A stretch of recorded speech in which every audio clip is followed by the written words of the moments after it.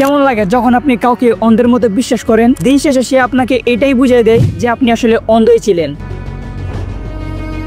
আজ আমি বলবো অন্ধের মতো বিশ্বাস করার পিছনে গল্প, তার মানসিকতা আর এই বিশ্বাস ভাঙার পরেও তুমি আবার নিজেকে খুঁজে পেতে পারো। রাহাত নামের এক ছেলেকে ধরো, সে একজন বন্ধুকে এতটাই বিশ্বাস করতো যে নিজের জীবনের সিদ্ধান্তেও সেই বন্ধুর পরামর্শ নিত। ব্যবসায় টাকা রাখলো, বন্ধুর নামে কাগজ করলো, এমনকি নিজের পরিবারকে বোঝালো ও আমার বাইরের চেয়ে বেশি বিশ্বাসযোগ্য। কিন্তু একদিন যখন হিসাব চাওয়া হলো, তখন বন্ধুর ফোন বন্ধ, দোকান খালি আর বন্ধুত্ব শেষ। সেই মুহূর্তে রাহাত শুধু টাকা নয়, নিজের একটা অংশ হারিয়ে ফেলছিল। আমরা মানুষ বিশ্বাস ছাড়া বাঁচতে পারি না, কিন্তু সমস্যাটা ঠিক তখনই হয় যখন আমরা কাউকে অন্ধের মতো বিশ্বাস করি আর আমরা ভাবি ও আমাকে কখনো কষ্ট দিবে না। অথচ সত্য হলো, কষ্ট সবসময় সেই দিক থেকে আসে যেদিকে তুমি কখনো কল্পনা করোনি। মানববিজ্ঞান বলে, যাকে তুমি অন্ধের মতো বিশ্বাস করো সে তোমার জীবনের উপর মানসিক নিয়ন্ত্রণ পেয়ে যায়, আর যখন সে ভেঙে দেয় সেই বিশ্বাস, তখন তোমার আত্মসম্মান ভেঙে যায় সবচেয়ে আগে।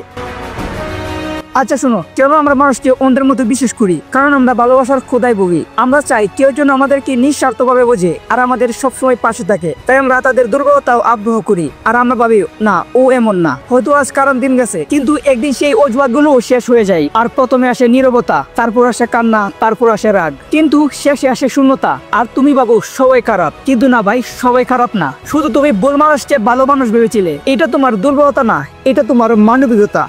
যখন তোমার বিশ্বাস ভেঙে যায়, তখন তুমি আবার নিজেকে তৈরি করার সুযোগ পাও।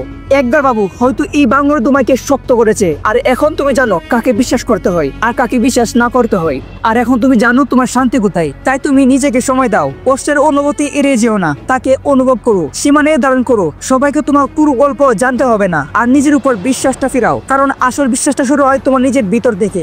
অতীতকে পাঠ বানাও, শাস্তি না।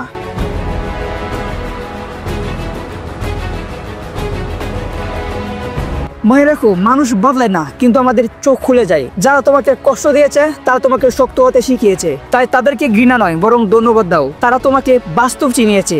আজ থেকে কাউকে বিশ্বাস করো, কিন্তু চোখ খুলে রেখো। ভালোবাসো, কিন্তু নিজের সীমা রেখো। তোমার ভিতরের অন্ধত্বকে দূর করো, কারণ সত্যিকারের আলো আসে ঠিক তখনই যখন তুমি বুঝতে শিখো।